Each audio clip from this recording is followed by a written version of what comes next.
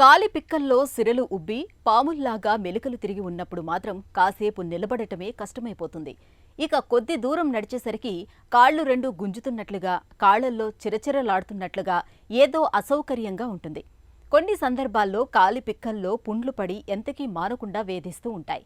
కాళ్లల్లో తీవ్రమైన బాధల్ని తెచ్చిపెట్టే వెరికోజ్ వీన్స్కు ఇవాళ చక్కటి చికిత్సలు అందుబాటులో ఉన్నాయి. ముఖ్యంగా లేజర్ చికిత్స సాయంతో వెరికోజ్ వీన్స్ను చక్కగా నయం చేయొచ్చని చెబుతారు డాక్టర్లు. వెరికోజ్ వీన్స్కు లేజర్ చికిత్స గురించి ఇప్పుడు తెలుసుకుందాం.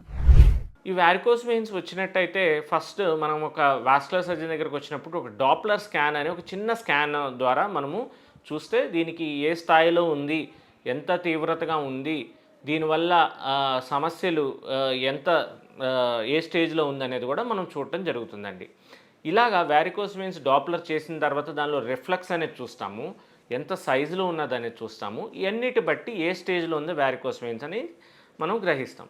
ఈ వారికోస్ వెయిన్స్కి ఇప్పుడు కొత్తగా మనకి అందుబాటులోకి గ్లూ చికిత్స, సూపర్ గ్లూ థెరపీ అంటాం, అది అందుబాటులోకి వచ్చిందండి. మరియు లేజర్ ట్రీట్మెంట్ కూడా ఉందండి. ఈ రెండు ట్రీట్మెంట్స్ ద్వారా కూడా ఇప్పుడు ఎక్కువగా మనం ఈ వారికోస్ వెయిన్స్కి చికిత్స చేస్తాం. ఈ చికిత్స యొక్క గొప్పదనం ఏంటంటే దీనిలో కోత, కుట్టు, నొప్పి ఎటువంటి ఇబ్బంది లేకుండా పేషెంటు ఆ రోజు ట్రీట్మెంట్ చేసుకొని అదే రోజు ఒక 2 గంటల్లో ఇంటికి కూడా వెళ్ళిపోవచ్చు నడుచుకుంటా. సో ఎటువంటి మత్తు కూడా, అంటే పూర్తి మత్తు నడుముకి ఇవ్వటం కానీ ఇలాంటివి కూడా ఏం అవసరం లేకుండా ఒకే ఒక సూదితో ఒక చిన్న ఇంజెక్షన్ చేయించుకొని వెళ్ళినట్టు ఉంటుందండి. హాస్పిటల్కి వచ్చి ఒక ఇంజెక్షన్ చేసుకొని మీరు అలా నడుచుకుంటే వెళ్ళిపోయినట్టు ఉంటుంది.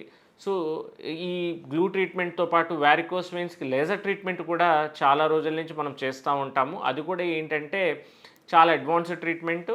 దానిలో కూడా మీరు ఒక 3-4 సూదులతోనే ట్రీట్మెంట్ అంతా అయిపోతుంది.